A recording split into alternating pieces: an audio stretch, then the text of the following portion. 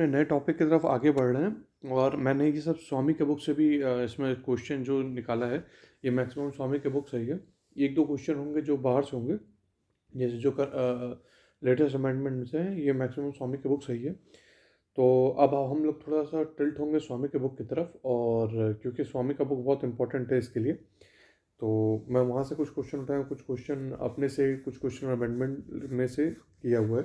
तो आज मैं लगभग लगभग 60 से 70 क्वेश्चन इसमें प्रोवाइड करूँगा, और होप करता हूँ कि आप लोग की पढ़ाई अच्छी चल रही होगी और स्पीड में चल रही होगी। बाकी सारे जो प्रोसीजर्स हैं वो आप अच्छे से पढ़ाई कर रहे होंगे। बाकी और कोई दिक्कत होगी तो आप बता सकते हैं। बाकी मैं इसका पीडीएफ दे रहा हूँ, और मैं एक मैराथन लेके आ रहा हूँ जिसमें 1000 क्वेश्चन होंगे। मुझे ऐसा लगता है कि उस वो ही मोर देन इनफ होगा जीएस पार्ट के लिए, मतलब जीके पार्ट के लिए। और करंट अफेयर भी मैं जल्दी जल्दी लेके आ रहा हूँ। करंट अफेयर भी जल्दी मैं कंप्लीट करके मतलब 5-6 महीने का ही करंट अफेयर हम लोग पढ़ेंगे। 5-6 महीने से ज़्यादा करंट अफेयर नहीं पढ़ेंगे, उसकी हमें ज़रूरत भी नहीं है। तो 5-6 मतलब टोटल मुझे ऐसा लगता है कि 5-6 महीने का कर लेंगे हम लोग, तो उससे ज़्यादा ज़रूरत नहीं है। 5 क्वेश्चन बहुत इंपॉर्टेंट होते हैं, 5 जीके के, 5 जीएस के, 5 रीजनिंग के। तो आपको लग रहा है कि वो नहीं, लेकिन जो रीजनिंग के और जीके के और करंट अफेयर के पेपर्स हैं वो सबसे इम्पॉर्टेंट हैं। वही आपको सक्सेसफुल दिलाएंगे, क्योंकि इसमें से बहुत लोग होंगे जिनका मैथ स्ट्रांग नहीं होगा। उसमें से मैं भी अपने आप को एक मानता हूँ।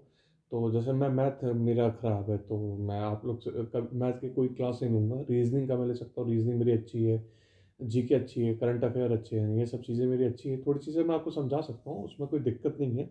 लेकिन मैं आपसे बस यही बात बोलूँगा कि ये 15 नंबर में से कम आपको 10 नंबर लेके आने हैं। और उसमें 65 में से 75 में से मतलब 65 नंबर लेके आने हैं, 63 नंबर लेके आने हैं, तो आपका सिलेक्शन पक्का होगा। तो हम लोग अब शुरू करते हैं, और कोई भी प्रॉब्लम होगी तो आप हमें बताइएगा। तो पहला क्वेश्चन है कि ऑफिस ऑर्गेनाइजेशन के ऊपर है। Which structure divides work into specialised role, HR, accounts, तो ये सब के लिए तो एक फंक्शनल रोल होता है। जैसे एचआर और अकाउंट जो होते हैं ना, ये सब मतलब फंक्शनल रोल होते हैं। एचआर का अपना अलग फंक्शन होता है, वो उसको पूरा देखभाल करना होता है। उसके बाद से अकाउंट्स वाले जो होते हैं वो पैसा देखते हैं, आप उनमें इंटरफेयर नहीं कर सकते। उसके बाद फाइलिंग जो सिस्टम होता है, तो tickler file system is use for, तो क्रोनोलॉजिकल ट्रैकिंग होगा। जैसे क्या से क्या काम हो रहा है, कि वहाँ से वहाँ तक फाइल पहुँची कि नहीं। और एचआर के पास आखिरी में जैसे एचआर ने सिग्नेचर कर दिया कि अब इतने इतने पे होगा सैलरी, तो क्या वो मतलब आपके मैनेजर के पास पहुँची कि नहीं। जो काम हो रहा है वो मैनेजर से, जो टीम लीडर है उसके पास हो रहा है कि नहीं हो रहा है। ये मैं आपको कॉर्पोरेट के सेंस में बता रहा हूँ। सरकारी के सेंस में आप ऐसे मान लीजिए कि सेक्शन ऑफिसर होता है, फिर आरओ होता है, तो ऐसे हो सकता है। पीसीएस के टर्म में देख लीजिए तो पहले डीएम होते हैं, फिर एसडीएम होते हैं, फिर हायरार्की में फिर ऑफ हेल्थ जाते हैं, तो आखिर तक लेखपाल और ये लोग होते हैं। तो ऐसे ऐसे the primary purpose of minutes to is to record, तो डिसीजन एंड एक्शन आइटम्स, ये इजी है। A circular is typically send to, तो all employees and stakeholder होते हैं। जैसे सर्कुलर भेजा गया कि आज रात को ऑफिशियल पार्टी होगी, और कल रात को मतलब कल इंडिपेंडेंस डे है, तो कल सब लोग फॉर्मल पहन के आएंगे, ये सर्कुलर होता है। कंप्लायंस होता है उसके 5th नंबर पे, कंप्लायंस रेट। तो ये retention period of for documents are govern by, तो अ कंपनी और एक्ट रूल होगा। 6 है, which system uses numeric codes to classify files for confidentiality, तो न्यूमेरिक होगा। कभी कभार फंबल हो जाता है, तो उसके लिए तो सॉरी करिएगा। Which system uses numeric codes to classify files for, ये तो हो गया। 7th है, the retention period for tax related document under the Indian law is generally, तो ये 6 years के लिए होता है।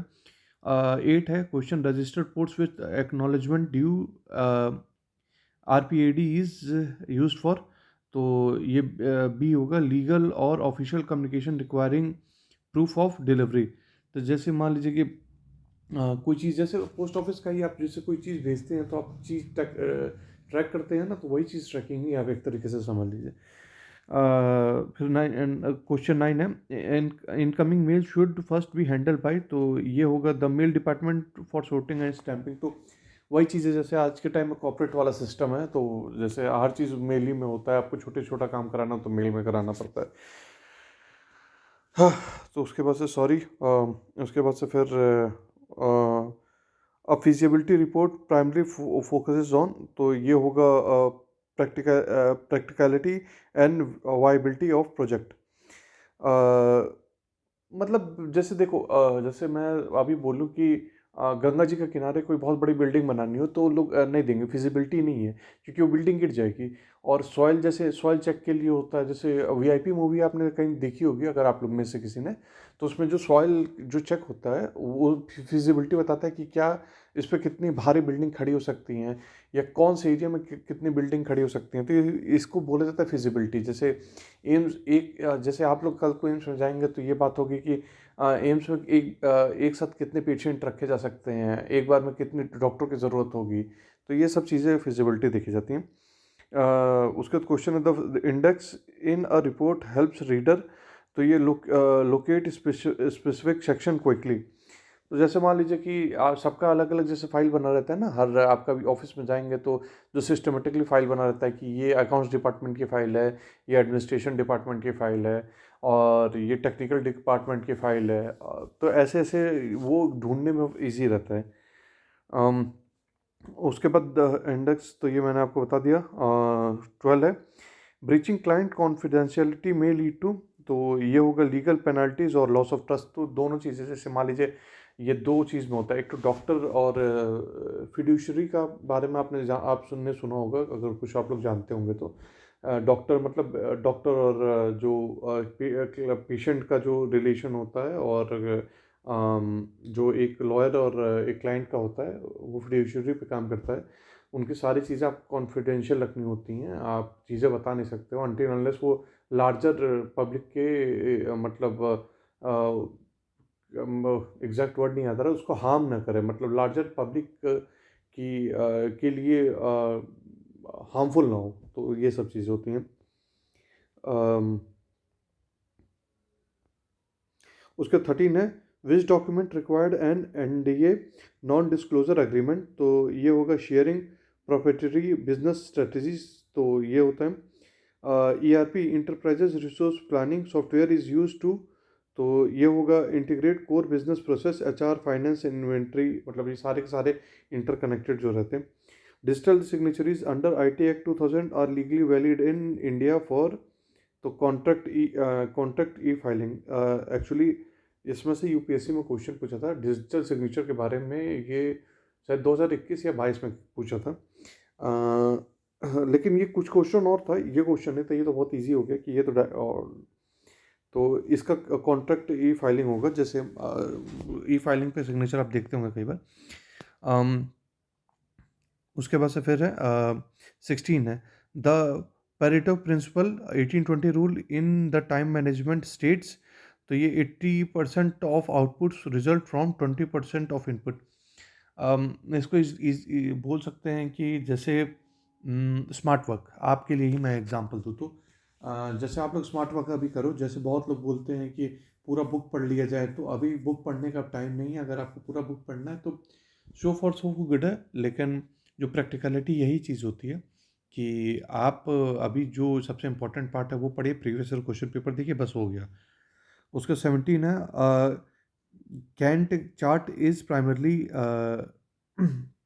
यूज फॉर, तो ये project scheduling and tackling deadlines. तो जैसे मतलब कब, जैसे कितने महीने में एक घर बनना है अगर प्रोजेक्ट आपने लिया हुआ है, या मान लीजिए कि एम्स में जब आप जाएंगे भोपाल में या कल्याणी में या दिल्ली में, तो आप ऑप्शन नहीं है क्योंकि दिल्ली में लैंड नहीं है, तो मतलब वहाँ पे जब बनता है तो आप ये टैकल करेंगे कि कितने टाइम में बन जाएगा, उसके लिए उतने रिसोर्सेज चाहिए, कितने लोग चाहिए आपको। जैसे मान लीजिए कि अगर कोई बहुत बड़ी बिल्डिंग बनानी है तो उसके लिए ज़्यादा लोग चाहिएगा, ज़्यादा मैन पावर चाहिए होगा, कम लोग को तो कम मैन पावर चाहिए होगा। तो वैसे आप शेड्यूलिंग करते हो और ट्रैकिंग करते रहते हो कि उस तरीके से काम हो रहा है कि नहीं, एक हफ्ते में कंप्लीट हुआ कि नहीं, जैसे एक बिल्डिंग कंप्लीट हुई कि नहीं अभी तक, तो आपको ये पता करना पड़ेगा कि अरे यार 1 हफ्ता हो गया और कंप्लीट नहीं, आप अपने मैनेजर को बुला के पूछोगे क्या चल रहा है, अभी तक कंप्लीट क्यों नहीं हुआ। तो इसको कहते हैं, ये अकाउंटेबिलिटी भी और ट्रैकिंग भी कहते हैं।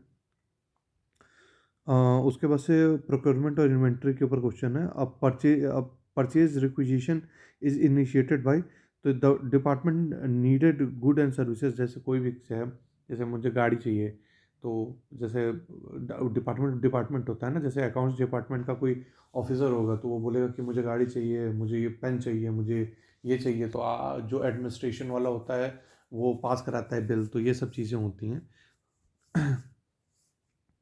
उसके बाद से just in time JIT inventory management aims to, तो ये होगा minimise storage cost by ordering only when needed, मतलब फालतू का लिया कर सामान रख देना। जैसे कई चीज़ें होती हैं, कभी आप देखेंगे मेडिकल में तो सामान, अब भी नहीं, पहले होता था ये सब सिस्टम कि सामान मंगवा के रख दिया जाता था और वो ख़राब हो जाता था, मतलब आउटडेटेड हो जाता था, तो उसके वो तब तक यूज़ ही नहीं होता था।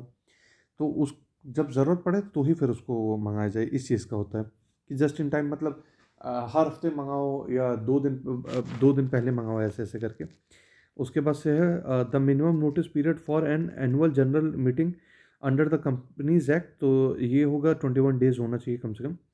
आप भी बुलाएंगे मीटिंग, बैठाएंगे, कल को आप भी बनेंगे, आप बड़े आदमी आप भी लोग बनेंगे, तो फिर कल को बोलेंगे कि कोई सर थे जो थोड़ा बहुत मतलब पढ़ा दिया करते थे, मतलब तो याद किया करते थे हम लोग, मतलब याद तो नहीं करोगे आप, मुझे पता है। 21 question, maintaining a register of members is a statutory requirement, तो all companies incorporated under the Companies Act, जैसे सब कुछ आपको पता करना पड़ता है ना कि ये बंदा कहाँ से है, कौन है, इसके घर में कितने लोग हैं, जैसे सब कुछ पता करना पड़ता है।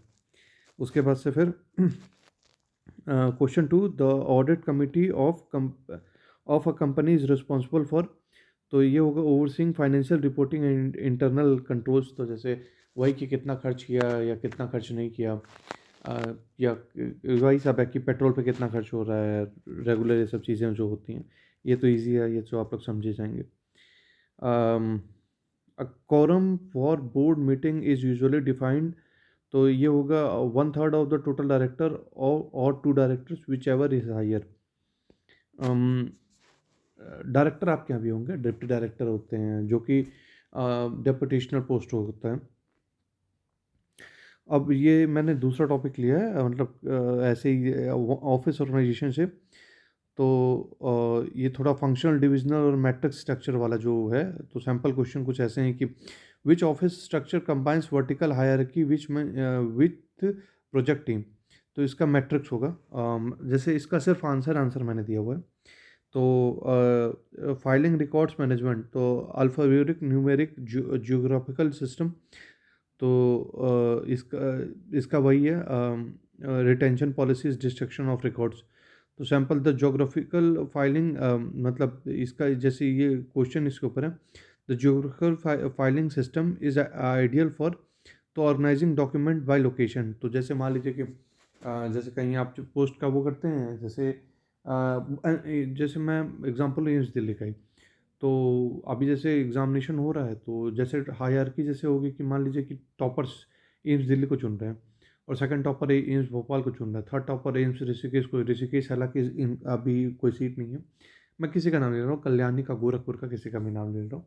तो उसमें ये होगा कि जो टॉपर होंगे उनका टॉपर का पहला सेक्शन बनाया जाएगा कि एम्स दिल्ली वाले टॉपर हैं, फिर एम्स भोपाल वाले टॉपर हैं, ये वो, तो ऐसे ऐसे, और ये इनका यहाँ पे इतने पेशेंट आते हैं, जैसे सिर्फ एक ही चीज़ नहीं होती है कि वहाँ पे ये पूछेंगे कि इतने पेशेंट आते हैं, और वो पेशेंट मतलब वहाँ पे काम होता है इतने, और कोरोना के टाइम में एम्स भोपाल में कितने पेशेंट थे, एम्स दिल्ली में कितने पेशेंट थे, तो ये स्टेट वाइज है।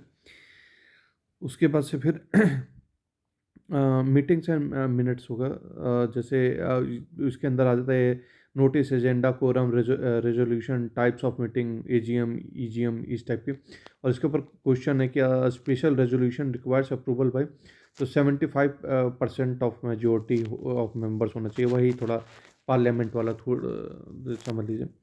फोर्थ कम्युनिकेशन है सर्कुलर, मेमो, नोटिस, ईमेल्स भेजना, तो ये सब चीज़ होते हैं। Without prejudice letter is use to, तो protect legal rights during negotiation, तो 5वां है कंप्लाइंस एंड लीगल के ऊपर क्वेश्चन है, जैसे कंपनीज एक्ट हो गया, फीमा हो गया, जीएसटी डॉक्यूमेंटेशन हो गया, इन सब चीज़ों में जैसे मैं आपको बोलूँ सर्कुलर के ऊपर मैंने आपको एक क्वेश्चन करा ही दिया है मेमोज पे भी। जैसे आपको दिया जाता है कि बिल टाइप का बना के दिया जाता है। तो मैंने आपको ये चीज़ बताई दी है। उसके बाद से फिर form MGT 7 is filed for, तो ये एनुअल रिटर्न ऑफ कंपनी होगा। तो ये सब, ये जो ऐसे नंबर्स हैं वो ज़रूर याद रखिएगा। टेक्नोलॉजी इन ऑफिसेस, तो जैसे ERP होता है, digital signature, e filing, cyber security. Sample question कुछ हैं ऐसे कि the MCA 21 portal is use for, तो corporate regulatory compliance in India. तो ये सब ऊपर, ये मैंने आपको पहले किसी टॉपिक में पढ़ाया भी है। MCA मुझे याद नहीं आ रहा है, लेकिन किसी में पढ़ाया। अब मैंने प्रोक्योरमेंट और इन्वेंट्री के बारे में, परचेजिंग, ये सब चीज़ें आपको थोड़ा ऊपर क्वेश्चन कराई हैं। तो इंडेंट इज़ प्रिपेयर्ड बाय, तो शॉपकीपर टू रिक्वेस्ट मटेरियल। जैसे मान लीजिए कोई ऑटोमोबाइल में आप लोग गाड़ी वाड़ी तो बनवाने जाते होंगे, तो वो जो उसका मैनेजर होता है या सेल्स, जो भी कह लीजिए, तो वो बना के देता है अपने AGM और GM को कि मुझे ये सामान मंगाना है, ख़त्म होने वाला है। तो वही चीज़ है बस, तो उसको इंडेंट कहते हैं। तो रिपोर्ट डॉक्यूमेंटेशन हो गया कि feasibility report, audit report, annual report, ये सब। तो the chairman's report is part of, तो ये एनुअल रिपोर्ट ऑफ कंपनी होता है। एथिक्स एंड कॉन्फिडेंशियलिटी के बारे में अभी ऊपर मैंने आपको बताया, जो डॉक्टर के बारे में समझा रहा था, और ये सब चीज़ के लिए। तो NDA, data privacy, whistle blower policies. Whistle blower वो होते हैं, जैसे मान लीजिए कि आपके यहाँ चोरी चकारी चल रही है, मतलब मैं किसी का XY नाम नहीं लूँगा, कि कोई, आप मान लीजिए किसी एम्स में गए और वहाँ पे जो डॉक्टर्स हैं या कोई अकाउंट्स वाले हैं, तो उसमें क्या कर रहे हैं कि सामान यूज़ नहीं कर रहे हैं, सामान बाहर बेच दे रहे हैं, और उसका इन्वेंट दिखा दे रहे हैं कि मैंने इतना से किया। तो गवर्नमेंट से तो चोरी हो रही है वो। तो अगर मान लीजिए आपको पता है और आप बहुत ईमानदार हैं, तो आप ये करेंगे कि आप एक लेटर लिख के गवर्नमेंट के नाम पे भेज देंगे, ईमेल कर देंगे। और आप विशल ब्लोअर एक्ट आ चुका है, तो आपका नाम उसके थ्रू, मतलब वो रखा जाएगा, सीक्रेट रखा जाएगा। तो उसके बाद से फिर है टाइम एंड टास्क मैनेजमेंट। मैंने कैन चार्ट, पारेटो प्रिंसिपल, ये दोनों आपको करा दिया है। डेलीगेशन ये भी है। तो the Eisenhower matrix prioritise task based on the, तो अर्जेंसी एंड इम्पोर्टेंस, ये सब याद रखिएगा, तुरंत दिमाग से निकलेगा वहाँ पे, कि इतना भारी नाम देख लिया कि मतलब याद ही नहीं आ रहा है। 24 है the memorandum of association defines a companies, तो ये होगा स्कोप ऑफ एक्टिविटीज़। 25 है which form is use for appointing a director, तो ये होगा DIR 12 होगा। तो ये सब चीज़ें याद रखिएगा, वरना दिमाग से निकलेगा। मैं 100% गारंटी दे रहा हूँ, ये वाला कन्फ्यूजिंग है आप लोग के लिए। तो अब 26 a proxy is in a general meeting refers to, तो ये representation of a stakeholder होगा। 27 है the first schedule of the Companies Act contains, तो ये मॉडल्स आर्टिकल ऑफ एसोसिएशन होंगे। 28 का क्वेश्चन है the blue draft in documentation is, तो ये प्रीमिलरी वर्जन ऑफ फॉर रिव्यू होगा। 29 का है विच software is used for digital signature in India, तो ये B मैंने आपको बताया था, ये मधुरा। दट फिर 30 क्वेश्चन है the term without prejudice is used to, तो लीगल सेटलमेंट होता है। तो 31 है शो कॉज नोटिस इशूड, तो सीक एक्सप्लेनेशन फॉर मिसकंडक्ट, मतलब मान लीजिए आपने कुछ गलत कर दिया अपने ऑफिशियल उसमें, तो आपसे पूछा जाएगा कि आप भैया हमको बताइए कि आपने क्यों काम किया ये। और आप अगर जस्टिफाई नहीं कर पाएंगे, तो आपके पर नहीं तो पेनल्टी लगेगी, नहीं तो आपको टर्मिनेट कर दिया जाएगा। दो में से एक चीज़ होगी, फिर आप लोग दूसरा जॉब ढूंढेंगे। वैसे जॉब मिलती नहीं है उसके बाद, तो इसलिए जहाँ पे भी रहिए अच्छे से रहिए, तो मैं आपको यही बात बोलूँगा। वेंटिंग ऑफ डॉक्यूमेंट्स रिफर्स टू, तो ए होगा critical examination for errors. Question फिर है the reserve bank of India regulates, तो ये होगा फॉरेन एक्सचेंज मैनेजमेंट एक्ट, फीमा। और ये आपको बताना है कि किस ईयर में ये लागू हुआ था। अगर आप बता देते हैं तो मेरी तरफ से 2 चाय, जब भी हम लोग कभी मिलेंगे तो मैं चाय आपको पिला दूंगा, और क्या मैं बोल सकता हूँ। Statutory report is submitted during, तो ये होगा first AGM। CSR under companies act refers to, तो B कॉर्पोरेट सोशल रिस्पॉन्सिबिलिटी। अब आपको मुझे बताना है कि इसमें कितने परसेंट को देना रहता है, CSR के लिए कितना परसेंट होता है। अगर आपने मुझे बता दिया तो मेरी तरफ से आपको बंद मक्खन भी फ्री।